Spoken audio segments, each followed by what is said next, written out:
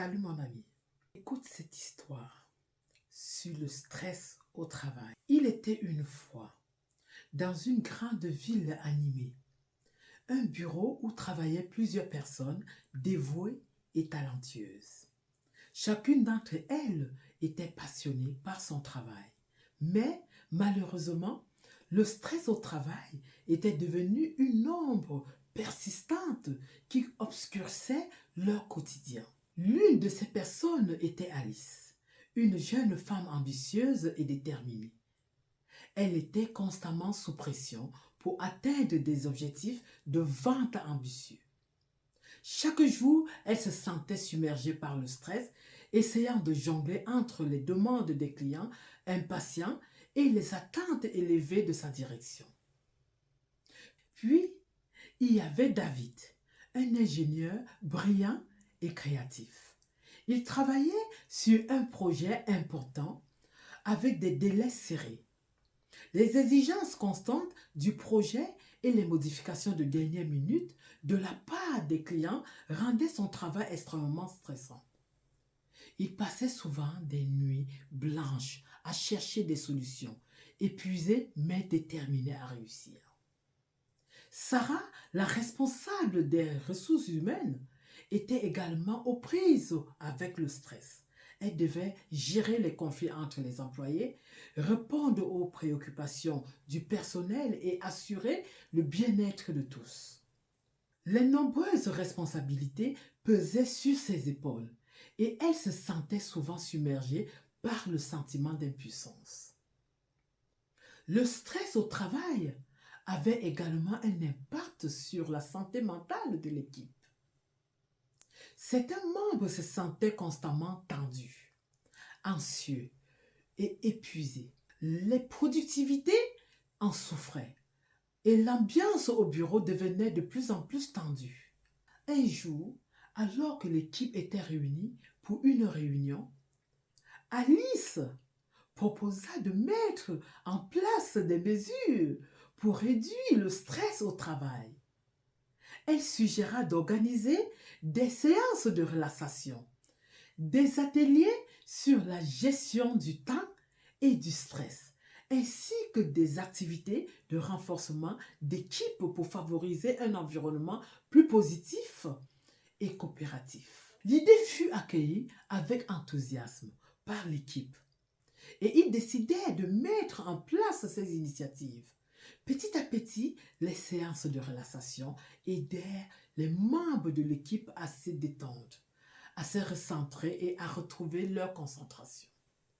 Les ateliers sur la gestion du temps et du stress fournirent des outils pratiques pour faire face aux exigences professionnelles de manière plus efficace. Les activités de renforcement d'équipe renforcèrent les liens entre les membres de l'équipe, créant ainsi un réseau de soutien mutuel. Les employés commencèrent à partager leur expérience et à se soutenir les uns les autres, ce qui réduisit le sentiment d'isolement et d'incertitude. Au fil du temps, ces initiatives commencèrent à porter leurs fruits. L'équipe se sentait plus unie, plus confiante et mieux équipée pour faire face au stress au travail.